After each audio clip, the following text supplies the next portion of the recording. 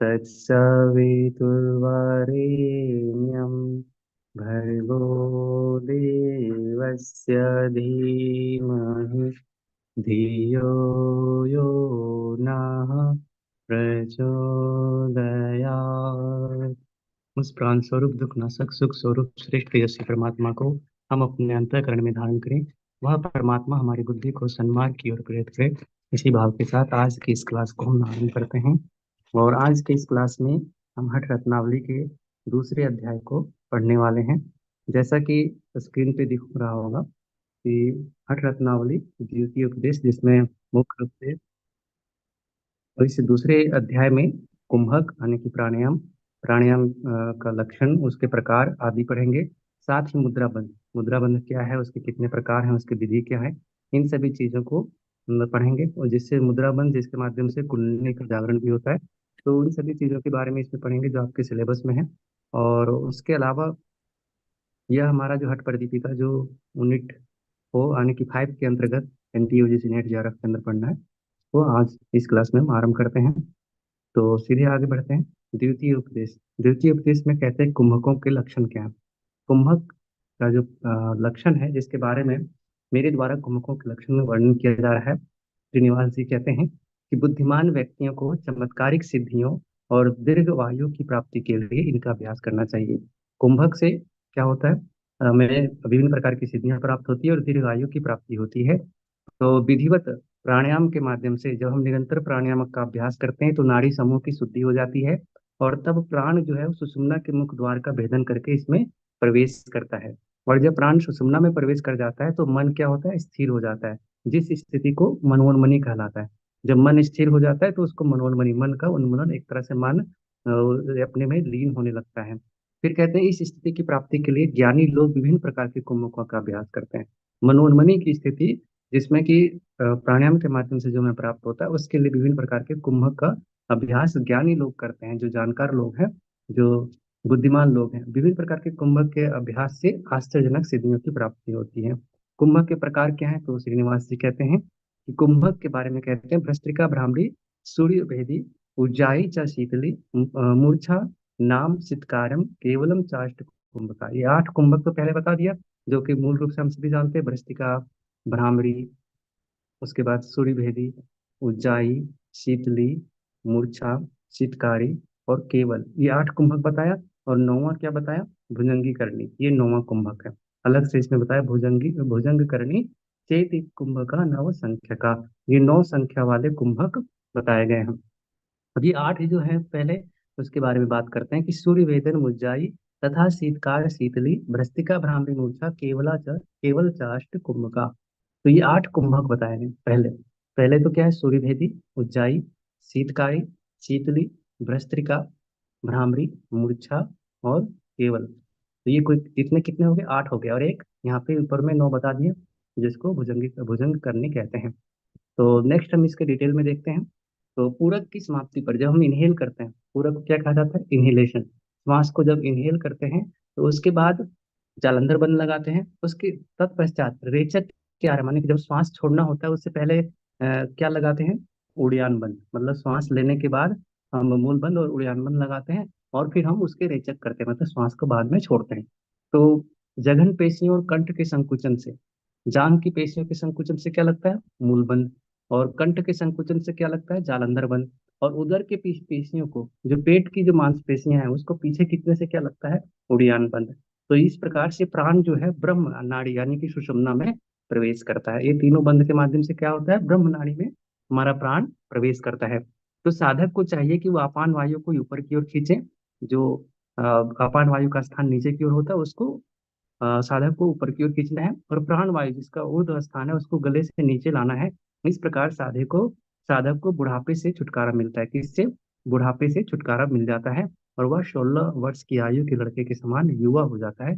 ऐसा कहना मतलब कि आयु जो उसमें, आयु का जो प्रभाव दिखता है वो कम हो जाता है, शरीर में युवा वायु जैसी क्षमता दिखाई पड़ता है। सूर्य भेदन कुंभक, पहला जो कुंभक है इसमें बताया गया सूर्य भेदी। तो सूर्य भेदी के लिए कहते हैं कि बाहरी वायु को धीरे धीरे दाहिनी नासिका से, सूर्य भेदी मतलब राइट नोस्ट्रिल से, जिसको पिंगला नाड़ी कहते हैं, उससे श्वास को अंदर खींचे। कंठ हृदय तक वायु का घर्षण की मधुर ध्वनि उत्पन्न हो। मतलब इस प्रकार से वायु खींचनी है, इनहेल करना है कि हमें कंठ हृदय तक वायु के घर्षण की अनुभूति हो, और सामर्थ्य के अनुसार जितनी हमारी होल्डिंग कैपेसिटी है उसके अनुसार से कुंभक करना, यानी कि अंदर रोके रखना है, फिर धीरे धीरे बाहर निकाल देना है। इसका बेनिफिट क्या है, इसका जो लाभ है, यदि लाभ पूछे कि सूर्य वेदी प्राणायाम का लाभ क्या बताया गया, तो कपाल की शुद्धि होती है, आलस्य दूर होता है, वात रोग दूर होते हैं और कृमि नष्ट होता है।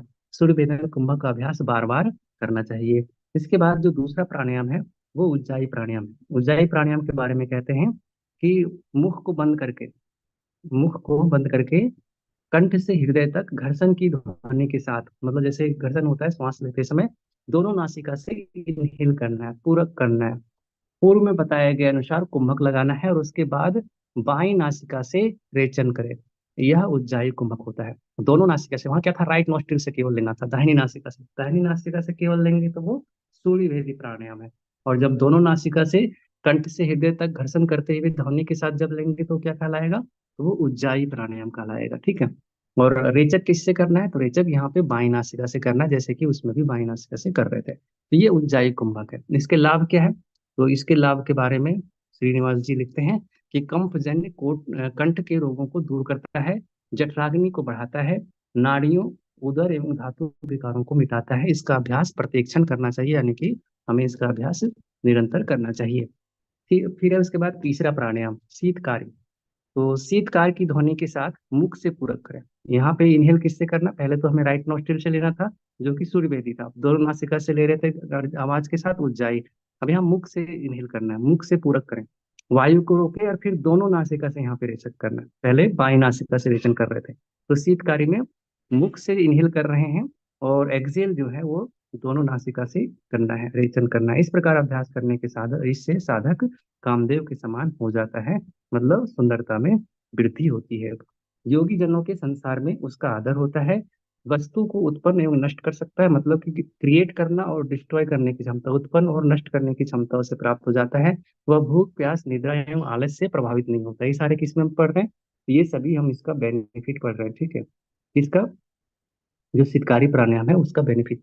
तो फिर कहते हैं इस प्रकार अभ्यास करने से साधक अपने शरीर पर नियंत्रण हो जाता है, वह व्याधियों से रहित हो जाता है, मतलब रोगों से मुक्त हो जाता है। वह इस पृथ्वी पर एक श्रेष्ठ योगी के रूप में जाना जाता है।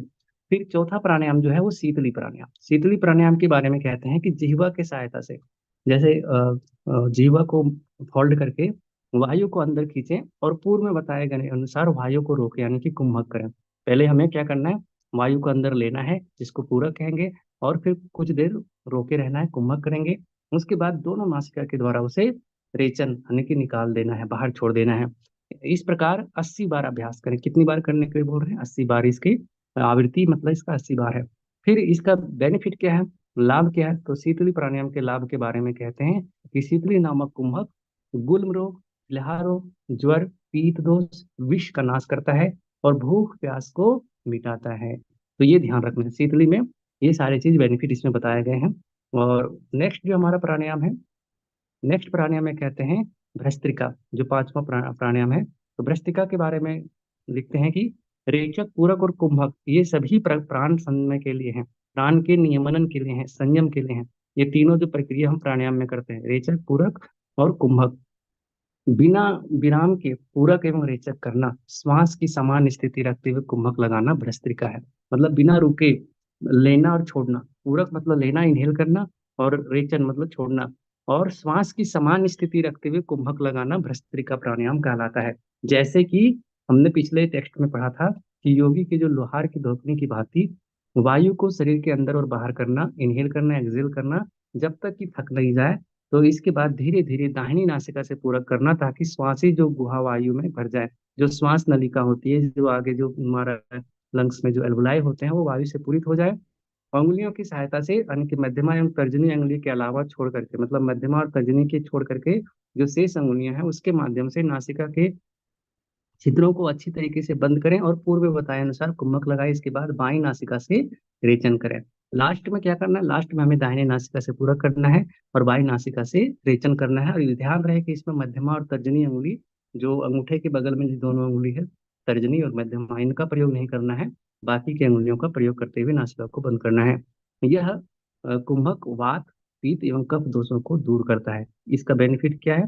तो इसका लाभ है, यह वात पित्त और कफ दोषों को दूर करता है, जठराग्नि को बढ़ाता है एवं ब्रह्म नाड़ी के मुख से कफ को हटाता है। जो सुषुम्ना नाड़ी के मुख जो है, वहां पर जो कफ जमा होता है, जिसकी वजह से प्राण जो है सुषुम्ना में ऊपर की ओर गति नहीं कर पाता है, उसको ये हटाता है।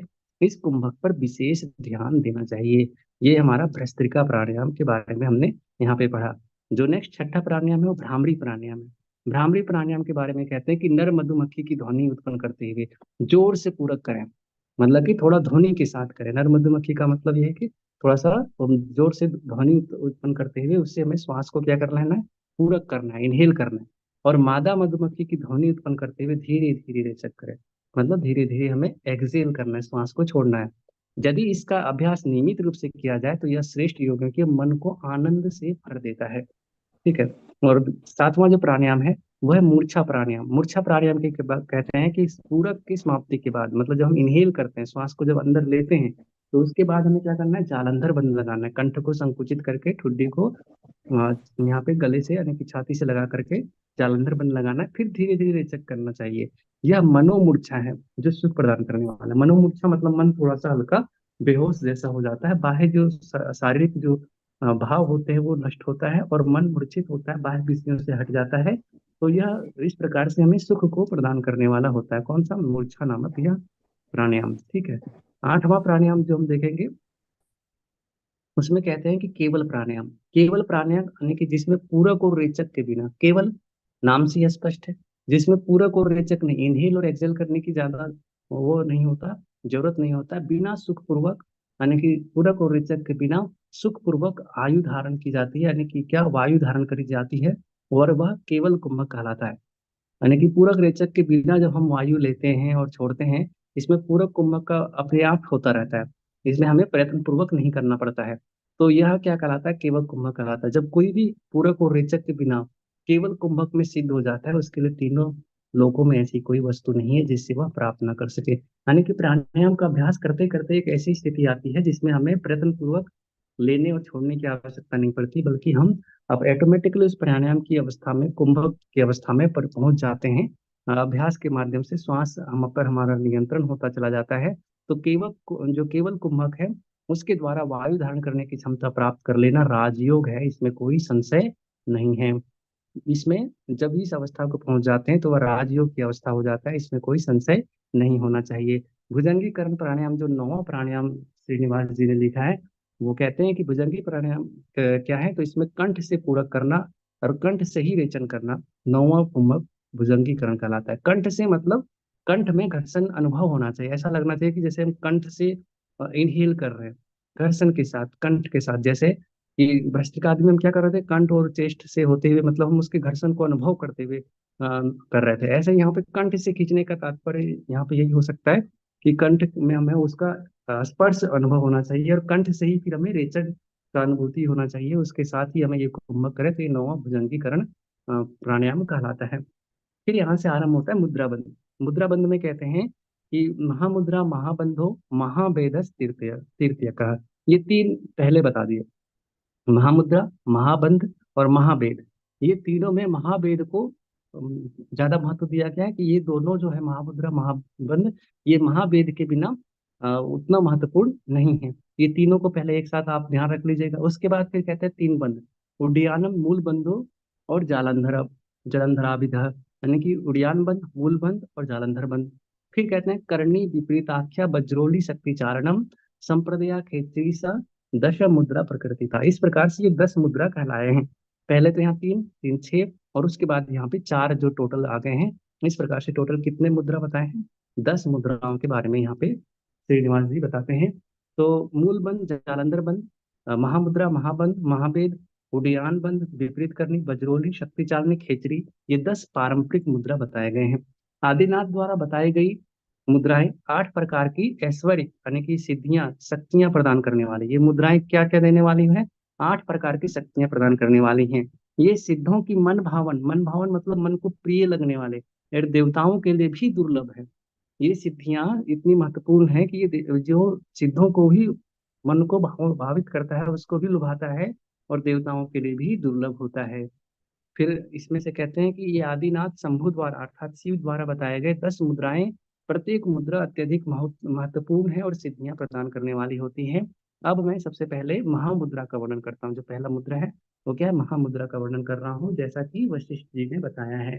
तो महामुद्रा के बारे में कहते हैं कि गुदा प्रदेश की बाएं एड़ी से दबाएं, दाहिने पैर को सामने सीधा रखें और उसे दोनों हाथ से पकड़े, जैसा कि हमने अन्य जो पिछले जो टेक्स्ट में पढ़े थे उसमें भी यही विधि था लगभग। और गहरी सांस ले, जालंधर बंद लगाएं, पूरक की गई वायु को ऊपरी भाग में रोकें। और जिस प्रकार छड़ी से चोट लगने पर सांप सीधा हो जाता है, यह स्थिति महामुद्रा में होती है, यानी कि जो कुंडलिनी शक्ति होती है वह शीघ्र ही सीधी हो जाती है। जो फेरे मार के लेटी रहती है मूलाधार चक्र में, तो वह शीघ्र ही सीधी होकर के दोनों नाड़ियों को छोड़ करके, कौन ईड़ा पिंगला में बहना छोड़ करके सुषुम्ना वाहिनी होने लगती है। तो ऐसा इसमें हमें समझना चाहिए क्या महामुद्रा के बारे में कहते हैं। फिर उसके लिए कोई भी भोजन अपथ्य नहीं हो जाता। मतलब कोई भी भोजन वो खाता है वो उसे आसानी से पचा लेता है। वो उसके लिए मतलब कहते हैं ना, उसके लिए कुप्रभाव उत्पन्न नहीं कर पाता, और वह भोजन उसके लिए किसी भी प्रकार के बाधक के रूप में नहीं रह जाता। वो उसको पचाने में सक्षम हो जाता है।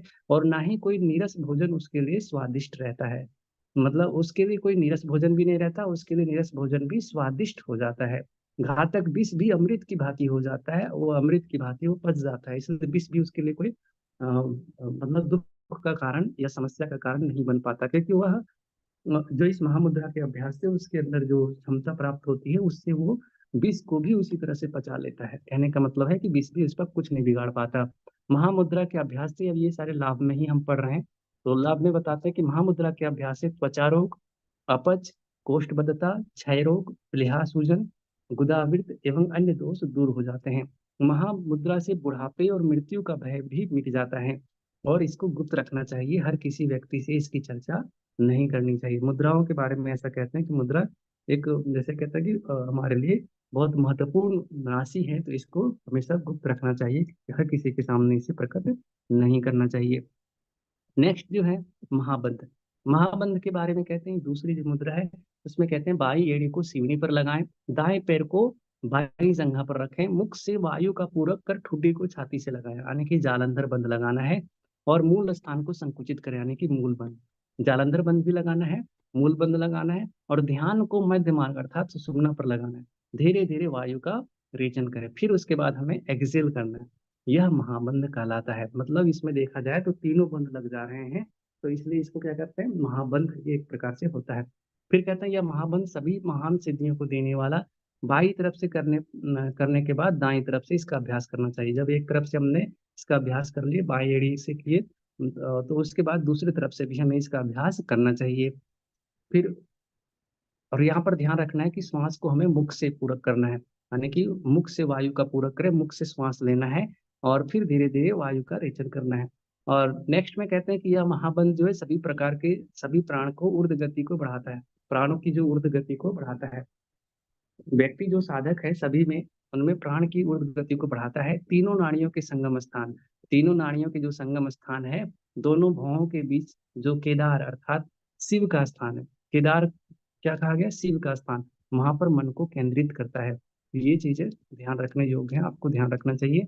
फिर कहते हैं कि जिस प्रकार एक सुंदर स्त्री का सौंदर्य बिना पुरुष के निष्फल है, उसी प्रकार महावेद मुद्रा, महाबंध दोनों बेकार हैं। महावेद के किसके भी बिना बेकार है, महावेद के बिना, महावेद मुद्रा के बिना।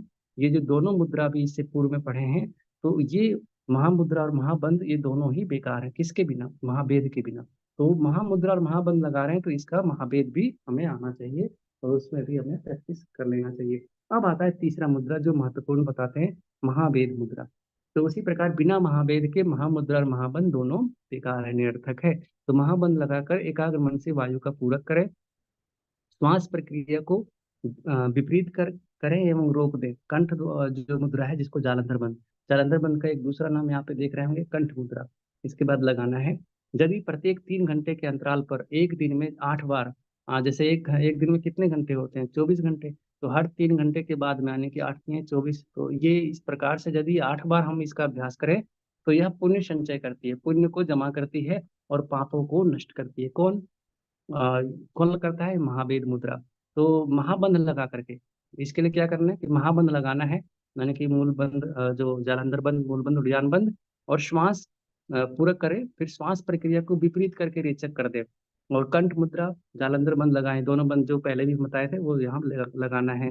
नेक्स्ट में कहते हैं कि अ, इसमें इसमें परम श्रद्धा, जिनकी इनमें परम श्रद्धा है इस अभ्यास में, वह इसको सुख का प्रथम साधन मानते हैं, मतलब पहला साधन मानते हैं कि इसके बिना सुख नहीं मिल सकता। उनको भी आरंभ में आग से तपना, स्त्री संग और लंबी यात्राओं से बचना चाहिए। मतलब जो इसका अभ्यास करते हैं, जो इसको सुखकारी समझते हैं, वैसे अभ्यासी को, योगी को भी इन तीनों चीजों से बचना चाहिए। किससे? आग से तपना, मतलब ठंडी दिन है या जो भी है तो उसमें ज्यादा आग में का सेवन नहीं करना चाहिए। स्त्री संग और लंबी यात्रा, जो कि आपने इन ग्रंथों में भी पढ़े हैं।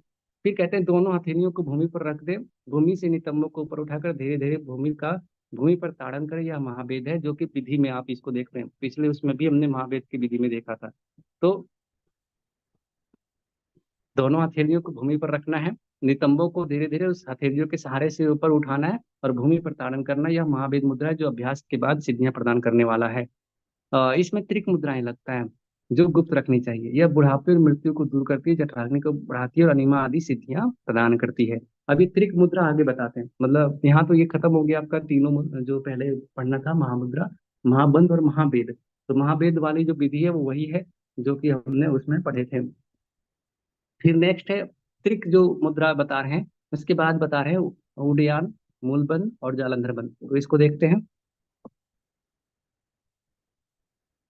उड़ियान बंध क्या है? तो जिस बंध में सुषुम्ना नाड़ी में प्राण प्रभावित हो रहे प्राण को ऊपर उठाया जाता है, योगियों ने उसे उड़ियान बंध कहा है। उड़ियान मतलब ऊपर की ओर प्राण को प्राण की भांति प्रवाहित कर देना, उड़ियान, जिसमें हम जो पेट की मांसपेशियों को पीछे की तरफ और ऊपर की तरफ खींचते हैं। तो जिसके अभ्यास से निरंतर महाखग, महाखग मतलब कि खग क्या होता है? जो पक्षी जो उड़ता है ऊपर आकाश में, तो महाखग अर्थात प्राण को ऊपर की ओर प्रवाहित करता है, यह उड़ियान बंध कहलाता है। ठीक है। फिर कहते हैं कि नाभि के ऊपर की उदर पेशियों को पीछे की ओर खींचें, यह उड़ियान बंध है, जो कि मृत्यु के भय को मिटाता है। ठीक है। जिस प्रकार एक शेर हाथी को मार गिराता है, वैसे ही मृत्यु को उड़ियान बंध नष्ट कर देता है, उसके भय को मिटा देता है।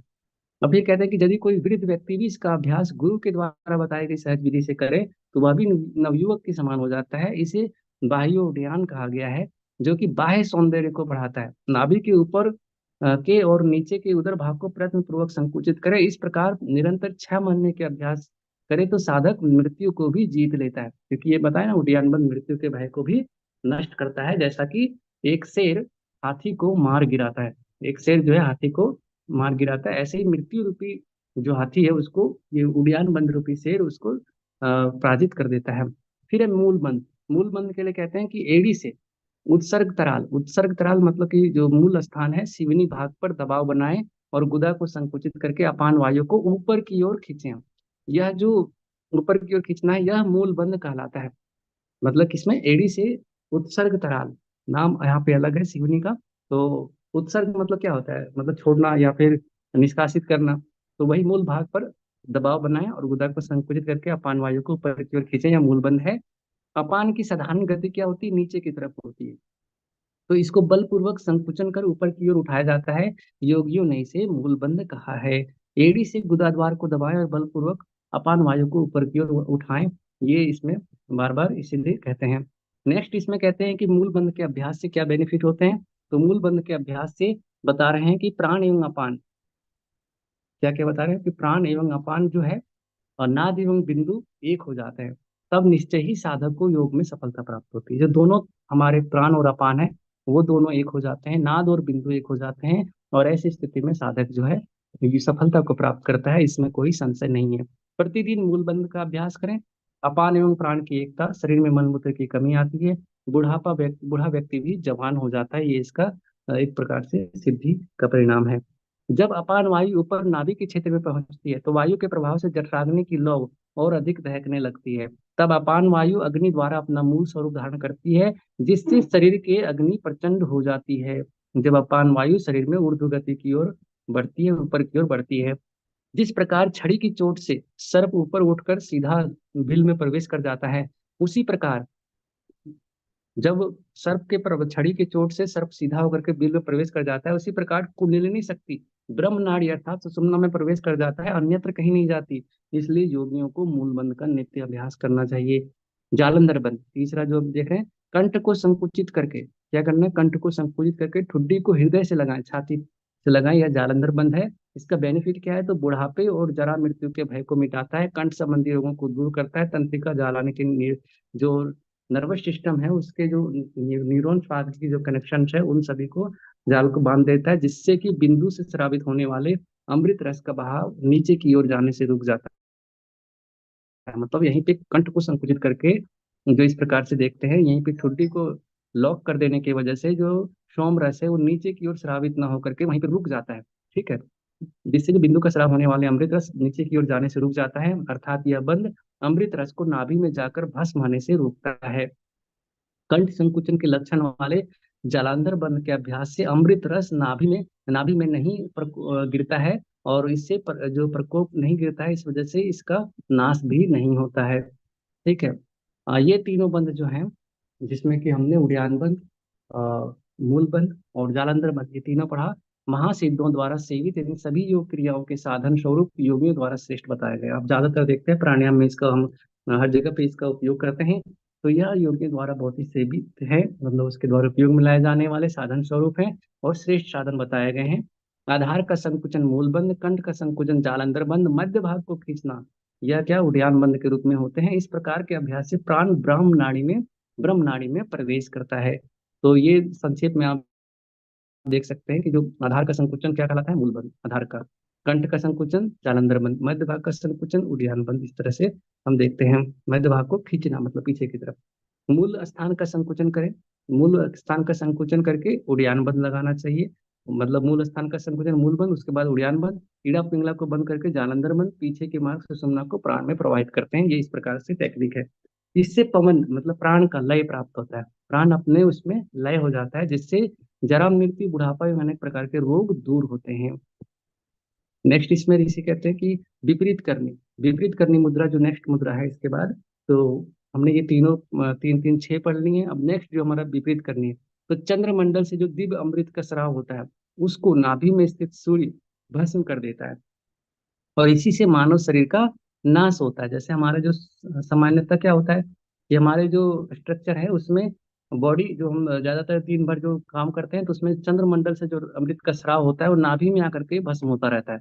तो इसी को उल्टा कर देना, मतलब कि जो ये यहाँ पे जो देखा जाए, नाभि का जो जो सूर्य कुंड है यहाँ पर नीचे है और चंद्र क्या है ऊपर है।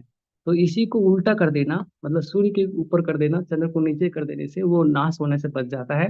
तो सूर्य के मुख को बंद करने की एक दिव्य क्रिया होती है, जो कि गुरु से ही जानी जा सकती है, ना कि लाखों शास्त्रार्थ से। मतलब बहुत ज्यादा शास्त्रार्थ करने से, बहस करने से हम इसको नहीं जान सकते, बल्कि एक गुरु के माध्यम से ही इसको जाना जा सकता है। यह दिव्य क्रिया है।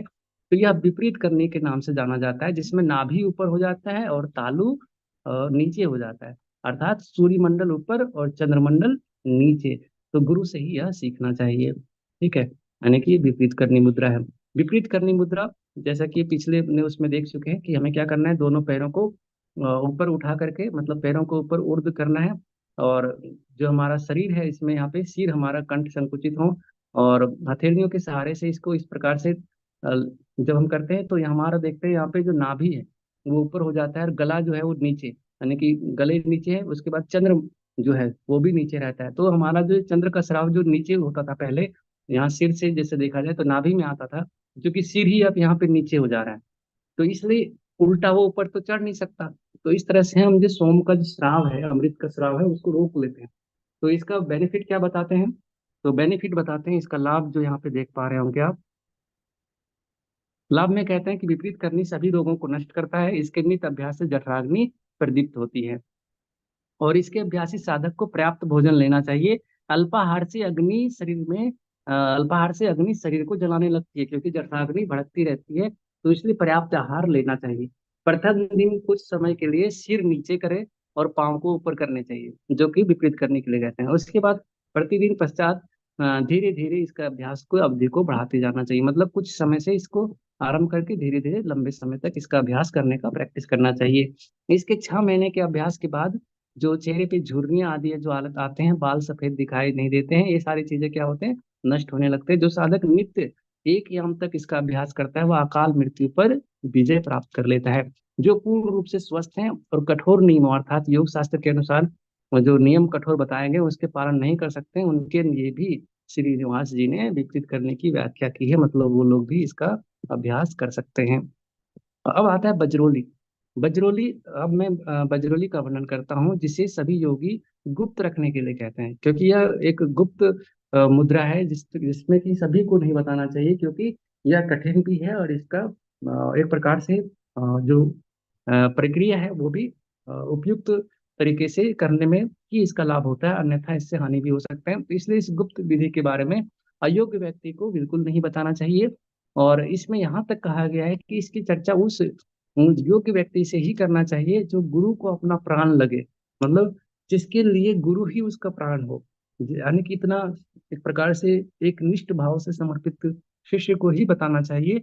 और इसकी शिक्षा गुरु केवल अपने प्राण शिष्य को ही देना चाहिए, अपने अपात्र पुत्र को भी नहीं। यदि उसके पुत्र भी उसके योग्य नहीं है तो वैसे अपने पुत्र को भी यह विद्या नहीं देनी चाहिए। इसको बजरोली जो मुद्रा है उसके बारे में कहते हैं। फिर कहते हैं कि बजरोली से कुंडलिनी शक्ति जागृत होती है, नाड़ियों की शुद्धि होती है और अपान प्राण की एकता होती है। ठीक है। नेक्स्ट इसमें कहते हैं कि मैं संप्रदाय के यानी कि परंपरा के अनुसार इसका क्रम का वर्णन करूंगा।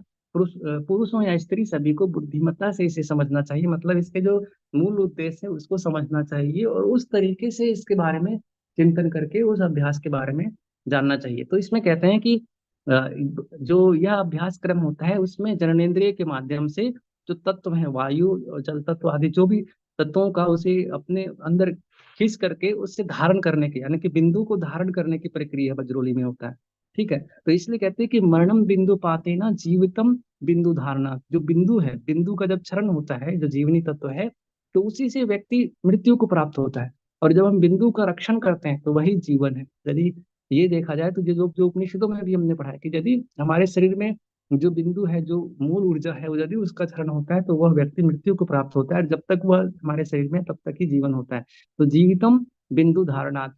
तो शुक्र मनुष्य के चित्त के अधीन है, यानी कि जो जीवनी तत्व है वह एक प्रकार से जो शुक्र के रूप में विद्यमान होता है वह मनुष्य के चित्त के अधीन है। जैसा जैसा चित्त चलता है, जैसे विचार आते हैं, उसी हिसाब से इसकी भी गति होती है। और शुक्र पर ही जीवन निर्भर करता है, मतलब चित्त के अधीन हमारा जीवन पूरा पूरा निर्भर होता है। इसलिए चित्त और शुक्र को यत्न पूर्वक नियंत्रित करना चाहिए। चित्त को भी नियंत्रित करना चाहिए कि जैसा जैसा हमारा चित्त विचार करता है, भाव करता है, जिस वृत्तियों में रहता है, वैसा ही हमारा जीवन उसी दिशा में जाने लगता है, प्रवाहित होने लगता है।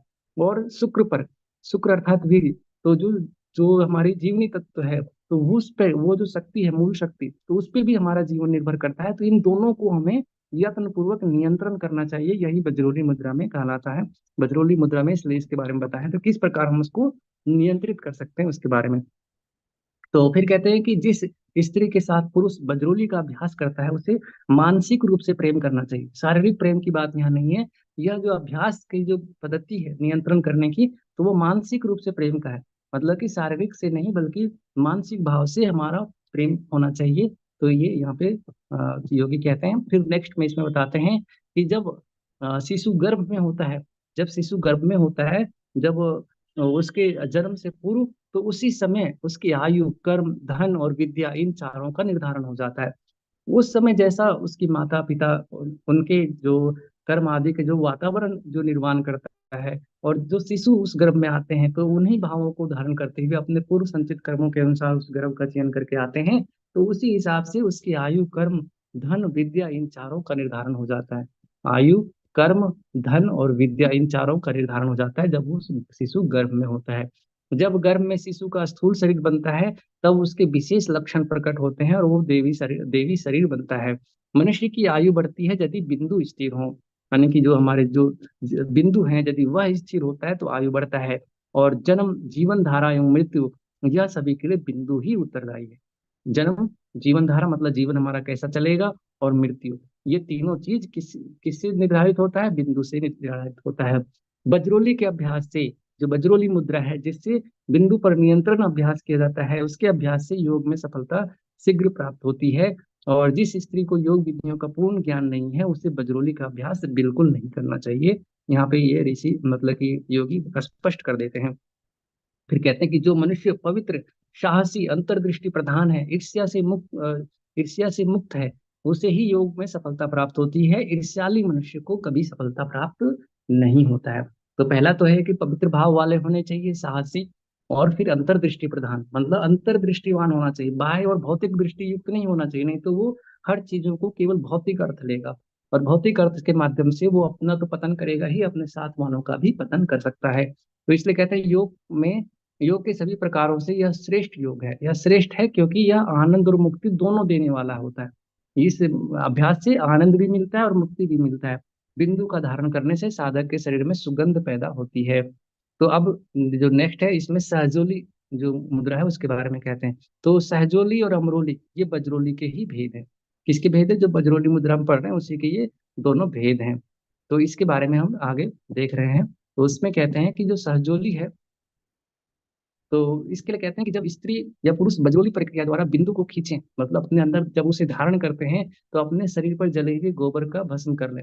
इसके बाद जब वो यह अभ्यास कर रहे होते हैं, बजरोली प्रक्रिया जब कर चुके हैं, तो उसके बाद अपने शरीर पर जले हुए गोबर का भस्म मिलाकर लगाते हैं। इस क्रिया से वह मुक्त होकर के सुख पूर्वक आनंद की स्थिति में संसारिक विषयों को भूल करके कुछ समय तक बैठे हैं। सदा हृदय यह सजोली मुद्रा है जिसका अभ्यास योगियों को निरंतर करना चाहिए। और यह मुद्रा, बार बार इसलिए कहते हैं कि यह परम गोपनीय है, और बिना जानकारी के, बिना इसके गुण रहस्य को समझे इसका अभ्यास किसी को भी नहीं करना चाहिए। और जो पात्र व्यक्ति हैं, यहाँ तक कि यदि पुत्र भी हो गुरु के, तब भी उसको नहीं देना चाहिए यदि वो कुपात्र हैं। जब तक कि वो पात्र ना हो, यदि उनके प्राण प्रिय ना हो, जो यानी कि जो व्यक्ति अपने गुरु को ही अपना प्राण ना समझे, यानी कि शारीरिक अभिमान से जो ऊपर ना हो, उसको यह ज्ञान नहीं देना चाहिए। फिर है अमरोली मुद्रा, जो उसके दो दो टाइप में से था। तो अमरोली मतलब होता है स्वमूत्र की, जो अपने मूत्र हैं, तो स्वमूत्र की प्रथम धारा एवं मलोत्सर्ग की समाप्ति पर जो अंतिम धारा जो छोड़ते हैं, उसके मध्य की पीत रहित, जो पित्त जो आते हैं स्राव के साथ, उससे जो मुक्त हो, उससे रहित हो, ऐसे शीतल 6 गारा का जो, मतलब गारा मतलब एक मात्रा होती है जिसके अनुपात में उसका पान करना चाहिए, यह कपाली खंड के अनुसार बताया गया है। तो इस क्रिया को क्या कहलाता है? अमरोली क्रिया कहते हैं। तो इसलिए यहाँ लिखा हुआ था अमरोली। अब नेक्स्ट है कि जो बजरोली का अभ्यास पूर्ण करते हुए जब योगी नासिका प्रदेश से स्रावित अमृत का प्रतिदिन पान करता है, तब इस क्रिया को अमरोली क्रिया कहते हैं। नासिका से जो अमृत स्राव होता है, उसका प्रतिदिन पान करने वाला, उसे क्या कहते हैं? अमरोली कहा जाता है। तो इसको ध्यान रखने के लिए आम से इसको कोरिलेट करके याद रख सकते हैं कि अमृत समान जो पान होता है, अमृत स्राव जो होता है नासिका से, उसका पान करने वाला अमरोली मुद्रा कहलाता है। तो नेक्स्ट है शक्ति चालनी मुद्रा। शक्ति चालनी मुद्रा मतलब जिस प्रकार सोती हुई सरपने को पूंछ पकड़कर खींचने से वह अचानक ऊपर उठ जाता है। जो सांप यदि सोया हुआ उसकी पूंछ पकड़ ले, तो वो उसके फन उठा करके ऊपर की ओर उड़ जाता है। उसी प्रकार कुंडलिनी को जगाने पर यह निद्रा छोड़कर अचानक ऊपर की ओर उठ जाता है। तो यह शक्ति चालनी मतलब शक्ति को चालन करने वाला, उसको चलाने वाला होते हैं। तो हठ योग के जानकार 12 अंगुल लंबे और 6 अंगुल चौड़े साफ मुलायम वस्त्र से जीवा को ढकते हैं। किससे? जीवा को अपने कवर कर लेते हैं। जीवा को वस्त्र से ढकने के बाद अंगूठे और तर्जनी उंगली से इसे अच्छी तरह से दाएं बाएं हिलाएं। तो इस प्रकार से भय रहित होकर यदि 2 मुहूर्त तक इसका कोई अभ्यास करे, तो कुंडलिनी थोड़ा उठकर सुषुम्ना में प्रवेश करते हैं। 6 महीने तक इसका अभ्यास करने से शक्ति ऊपर चढ़ने लगती है। और दाई नासिका से श्वास अंदर लें, सरस्वती को सक्रिय करें। इस प्रकार योगी अपने आप को रोगों से मुक्त कर लेता है। इस प्रकार से योगी क्या करता है? अपने रोगों से, अपने आप को रोगों से मुक्त कर लेता है।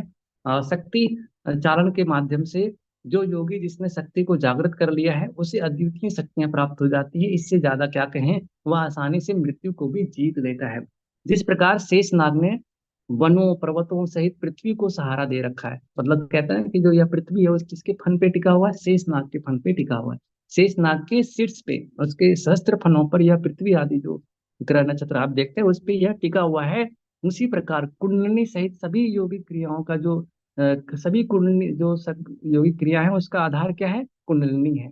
तो कुंडलिनी को भी सर्प के रूप में जानते हैं कि कुंडलिनी का भी स्वभाव एक तरह से जो निरूपण किया गया सर्प पे, तो इसको समझ लीजिए कि जैसे शेष नाग होते हैं उसके फन पे, और जो उसके फन है उनके सहस्त्रों फन पे क्या होते हैं? पृथ्वी टिका हुआ होता है। ये पूरा का पूरा जो पेड़ पौधे आदि जितने पर्वत आदि सब उसके फन पे टिके होते हैं। ऐसे ही योग के जितने सारे क्रिया हैं, योग के जितने भी क्रिया हैं, वो सब किस पे टिके होते हैं? तो वो सब कुंडलिनी पे टिका होता है। ठीक है, तो ये सब कुंडलिनी पर टिका हुआ होता है, ऐसा समझना चाहिए। फिर कहते हैं कि फणी, कुंडलिनी, नागी, चक्री, सरस्वती, ललना, रचना, सर्पिणी, मणि, आधार शक्ति, कुटिला, कराली, प्राणवाहिनी, अष्टवक्रा, षडधारा, व्यापिनी, कालोनधरा, कुंती, ये कुंडलिनी के पर्यायवाची शब्द हैं।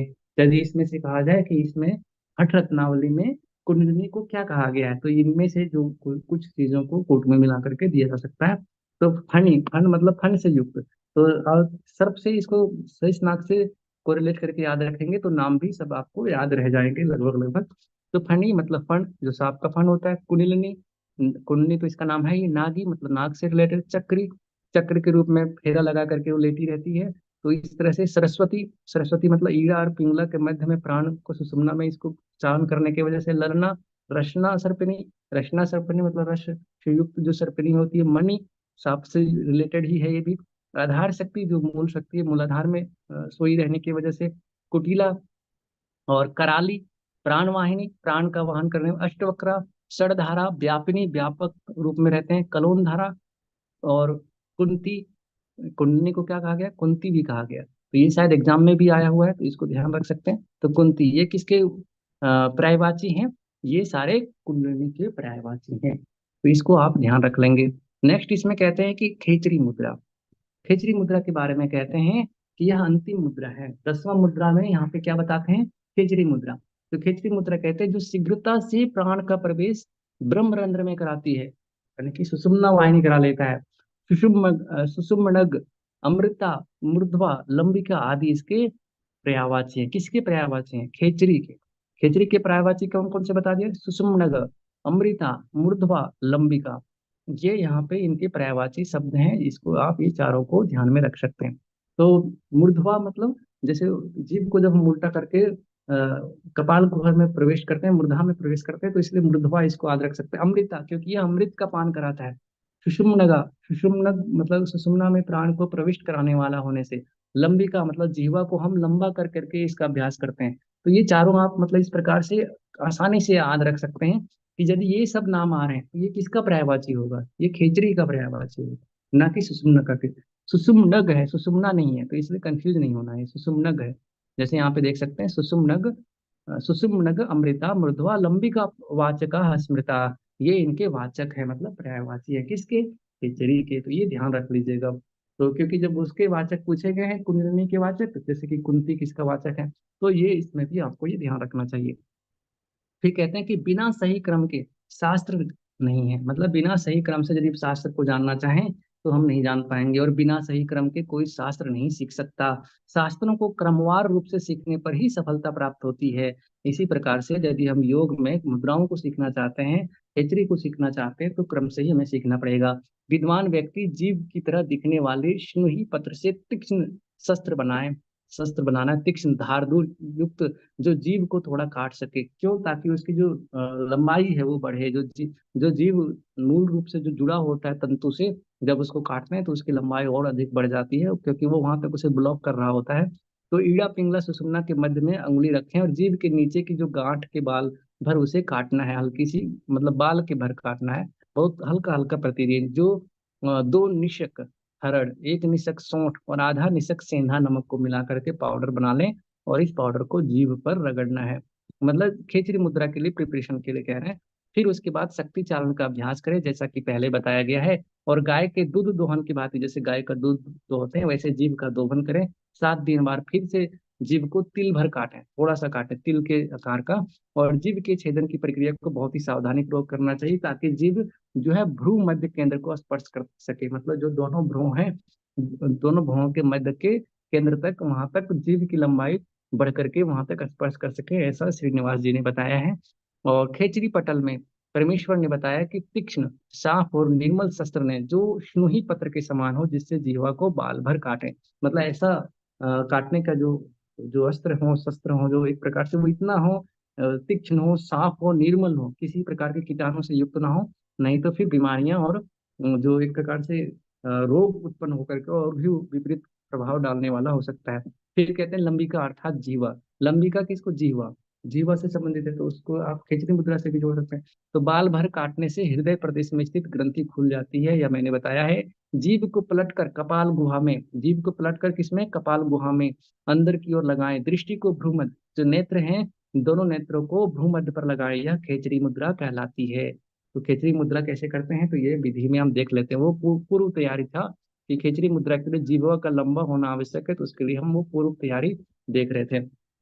फिर कहते हैं इसका क्या है, लाभ क्या है। तो लाभ में बताते हैं कि लाभ जो है, खेचरी मुद्रा से न रोगो मरणम तस्य न निद्रा न क्षुधा तृषा। उसका ना तो रोग होता है, ना उसको मरण होता है। न रोगो मरणम तस्य न निद्रा न क्षुधा तृषा, ना ही उसको निद्रा या भूख प्यास लगता है। न च मूर्छा भवे तस्य, ना ही उसकी मूर्छा होता है। यो मुद्राम वेति खेचरी, और ये मुद्रा खेचरी का अभ्यास करने वाले साधकों को प्राप्त होते हैं। खेचरी मुद्रा का अभ्यास करने वाले साधक रोग, मृत्यु, बुढ़ापे, जड़ता से पीड़ित नहीं होता। उसे निद्रा, भूख, प्यास, मूर्छा आदि भी नहीं लगता। तो ये आप यदि श्लोक ही याद रख लें तो आपको ये सारी चीजें स्मरण में रह जाएगा। तो कहते हैं न रोगो मरणम तस्य न निद्रा न क्षुधा तृषा न च मूर्छा भवेत् तस्य यो मुद्राम वेति खेचरीम। जो खेचरी मुद्रा को जानता है उसको ये सारी चीजें नहीं होती, ये इन सब चीजों से बचा रहता है। फिर नेक्स्ट में इसमें हम देखते हैं कि जब कोई खेचरी मुद्रा का अभ्यास करता है तो वह रोगों से पीड़ित नहीं होता, वह कर्म में आसक्त नहीं होता, और उसे अकाल मृत्यु भी नहीं आती है। हठ प्रदीपिका के अनुसार जो हमने पढ़ा था, काटन, चालन और दोहन। काटना जीव को पहला, चालन मतलब इसका मेलन करना, गौ के दूध की भांति जैसे जीवा को मेलन करना है। और दोहन मतलब चालन करना है, चलाना है। और दोहन मतलब उसमें होता है जीवा दूध की भांति उसको दोहना है, ताकि ये लंबा हो जाए। तो इन तीनों क्रियाओं से जीव की लंबाई बढ़ती है, और इससे जीव की लंबाई को बढ़ाते रहना चाहिए जब तक कि यह भ्रू मध्य को स्पर्श न कर ले। तो इसी प्रकार से कहते हैं उपरोक्त मंत्र स्वीकार योग्य नहीं है। अब यहाँ पे ये उसका एक प्रकार से काउंटर बताते हैं कि इसका जो मत जो हठ प्रदीपिका में बताया गया है, ये यहाँ पे स्वीकार योग्य नहीं है, क्योंकि काटने की प्रक्रिया का स्पष्ट उल्लेख नहीं किया गया है। साधारण व्यक्ति को भ्रम हो सकता है, क्योंकि काटने की प्रक्रिया स्पष्ट नहीं बताया गया, तो इसलिए वहां भ्रम हो सकता है। जबकि यहाँ पे वो बताते हैं किस प्रकार के शस्त्र से काटना चाहिए, कैसे उसको मेलन करना चाहिए। तो गुरु के निर्देशानुसार अब मैं संकेत कर रहा हूँ। यहाँ पे वो क्या कर रहे हैं, गुरु के निर्देशानुसार अब मैं उसका संकेत का वर्णन कर रहा हूँ। संकेत एवं श्रृंखला को छोड़ते हुए ये खेचरी मुद्रा कैसे सिद्ध होगी, तो इसके लिए कहते हैं कि संकेत के लक्षण है कि जैसे सांप की तरह गोलाई में दो चेन की श्रृंखला एक खर पर और 6 स्थिति लंबी, यह लंबिका को सफलता प्रदान कराती है। तो ये संकेत मात्र यहाँ पे कर रहे हैं कि श्रृंखला के घेरे में जीव को प्रवेश कराए। जब जीव सुषुम्नाग में प्रवेश कर जाती है तब यह खेचरी मुद्रा होता है। सुषुम्नाग में प्रवेश कर जाती है तो ये खेचरी मुद्रा होती है। खेचरी प्राप्त होने पर आत्मा देह को नहीं छोड़ती, और आत्मा देह को नहीं छोड़ती मतलब कि मृत्यु नहीं होती। आत्मा जब देह को छोड़ देती है तो क्या कहलाता है, मृत्यु कहलाता है। अर्थात साधक को अकाल मृत्यु नहीं आती है। कल्प के अंत में सभी इच्छाओं का त्याग करते हुए वो ब्रह्म स्थान को चली जाती है, मतलब सभी प्रकार के जो इच्छाओं को त्याग करके संतुष्ट पूर्वक वो अपने जीवन को त्याग करके ब्रह्मलोक को चले जाते हैं, ब्रह्म स्थान को चले जाते हैं। जब सुषुम्ना में प्रवेश करता है तो 8 प्रकार का नाद सुनाई देता है। कितने प्रकार के, 8 प्रकार के नाद सुनाई पड़ता है। इस प्रकार की ध्वनियां सुनाई देती है जिसमें ध्वनि कौन कौन से, घंटी, दुंदुभि, शंख, वीणा, मीनाद यानी की बांसुरी यहाँ पे, फिर तुनुदपाद यानी की छोटी घंटी, छोटे मनके की टंकन, अग्नि की तेज ध्वनि, जैसे अग्नि तेज ध्वनि के साथ जल रहे, बिजली की तेज कड़कड़ाहट, और तेज हवा बहने की कर्ण भेदी ध्वनि। जब तेज हवा चलती है तो उसकी कर्ण भेदी ध्वनि इसमें सुनाई पड़ता है। ऐसे योगी को अगर प्राण घातक नाग जैसे कि वासुकी, तक्षक आदि काट ले तब भी उस पर विष का प्रभाव नहीं पड़ता। मतलब कि ऐसे योगी को यदि प्राण घातक नाग जैसे वासुकी, तक्षक आदि ये सभी उसको डस ले तब भी उसके विष का प्रभाव नहीं पड़ता है। नेक्स्ट इसमें ऋषि बताते हैं कि योगी को चंद्र से श्रावित होने वाले अमृत रस का पान करना चाहिए, और इस प्रकार से जब वह रस का पान करता है तो वह रोगों से मुक्त रहता है, लंबी आयु प्राप्त करता है। उसका शरीर कमल के तने की भांति निर्मल रहता है। जैसे कमल का तना होता है, तो कमल का तना क्या होता है, जो सरोवर में रहता है और उसमें रहते हुए भी उससे जो उसका जल आदि जो है उनके संपर्क से उसके लिप्तता में बदता नहीं है। तो उसी प्रकार से इससे जो लिप्त नहीं होता उससे मुक्त रहता है, ऐसे योगी हो जाता है, संसार में रहते हुए भी इससे लिप्त नहीं होता। लंबी जिह्वा जब निरंतर स्पर्श करती हुई कपाल कुहर केंद्र में प्रवेश करती है तो उसे नमकीन, तीखा, खट्टा, दूध, शहद और घी आदि स्वाद का अनुभव होता है। कौन कौन से स्वाद का अनुभव होता है, तो ये बता रहे हैं, नमकीन, खट्टा, तीखा, दूध और शहद तथा घी आदि स्वाद की अनुभूति होती है जब जीवा लंबी होकर के कपाल कुहर में प्रविष्ट करता है। सभी नाड़ियों का आधार जीवा के सिरे से जुड़ा होता है। सभी नाड़ियों का आधार कहाँ से जुड़ा होता है? जीवा के सिरे से जुड़ा होता है, जहां से साधक अमृत का रस अनुभव करता है। तो कन्यावाद, खिलावाद, रसावाद आदि से प्राप्त होने वाली सिद्धियां खेचरी और बजरोली के साधकों को प्राप्त हो जाती है। इसलिए अब अंतिम जो मंत्र हैं, ये तीनों मंत्रों में यहाँ पे ये तीनों जो आप देख रहे हैं, 54, 55, 56, 154, 155, 156, यहाँ पे जो तीनों नाड़ियां जो मुख्य रूप से हैं, तो उनके अलग अलग पर्यायवाची बताए जा रहे हैं, जो कि आपको एग्जाम की दृष्टि से भी ध्यान रखना चाहिए। तो कहते हैं कि जो तीन है, पहले तो भ्रुकुटी के मध्य मार्ग को, जो यानी कि जैसे एक तरह से सुषुम्ना समझ सकते हैं, तो भ्रुकुटी के मध्य मार्ग को क्या क्या कहा जाता है? त्रिकुंड, सूचीहट, गोवित, शिखर, त्रिशंकी, वज्री, आम्ब, आम्बकारी, मूर्धमनाल आदि कहा गया है। पिंगला को क्या कहा जाता है? जो राइट नोस्ट्रिल है, दाहिनी नासिका का जो स्वर चलता है पिंगला नाड़ी, तो उसको कहते हैं पिंगला। दंबिनी, सूर्या, जो कि राइट नोस्ट्रिल है, सूर्य से संबंधित है, यमुना और यक्षरा, कालाग्नि, रुद्री और चंडी। ईड़ा को क्या कहते हैं? तो ईड़ा को ईड़ा, चंद्रा, चीनी वाली, गंगा और वाम बोधि कहा जाता है। इसको टेबल के रूप में यदि आप देखना चाहें तो इसको इस तरीके से आप इसको संख्या और उसके कंपेरेटिवली आप इसको स्मरण करने के लिए, रिवीजन करने के लिए कर सकते हैं।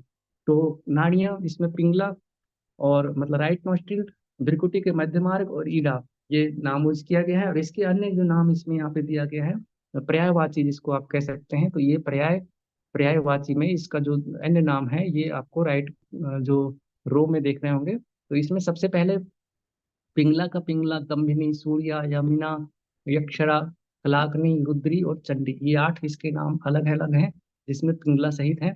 और इसके भृकुटी के जो मार्ग के जो अन्य जो नाम है, त्रिकुंड, सूचीहट, गोविट, शिखर, शंखी, त्रिशंखी, और उसके बाद बज्री और आमकारी, मूर्धवनाल।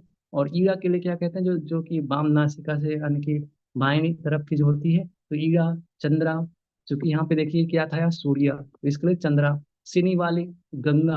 अब जब गंगा किसके लिए यूज किया गया है? ईड़ा के लिए किया गया है। यहाँ पे यमुना, यमुना शब्द यूज किया गया, ये ध्यान रखना है, पिंगला के लिए, ठीक है। और वाम बोधि, तो ये सारे इसके पर्यायवाची थे, ये तीनों नाड़ियों से संबंधित। तो पर्यायवाची किसके किसके आगे? नाड़ियों का पर्यायवाची हमने पढ़ लिया, खेचरी मुद्रा का पर्यायवाची पढ़ लिए, कुंडलिनी का पर्यायवाची पढ़ लिए। तो इस सभी चीजों को ध्यान में रखना है। और इस प्रकार से आपका ये द्वितीय जो उपदेश है, आप हमारा हठ रत्नावली का, जिसमें हमने प्राणायाम के विभिन्न प्रकार, उसके लाभ आदि, उसके लक्षण आदि सब पढ़ लिए हैं। मुद्रा क्या है, कितने मुद्रा बताए गए, विधि क्या है, लाभ क्या है, तो ये सारी चीजों को बहुत अच्छे तरीके से इसमें देख लिए हैं। तो ये आपका आज की क्लास यहाँ पे पूर्ण होता है। तो नेक्स्ट जो आपका तीसरा अध्याय बच रहा है,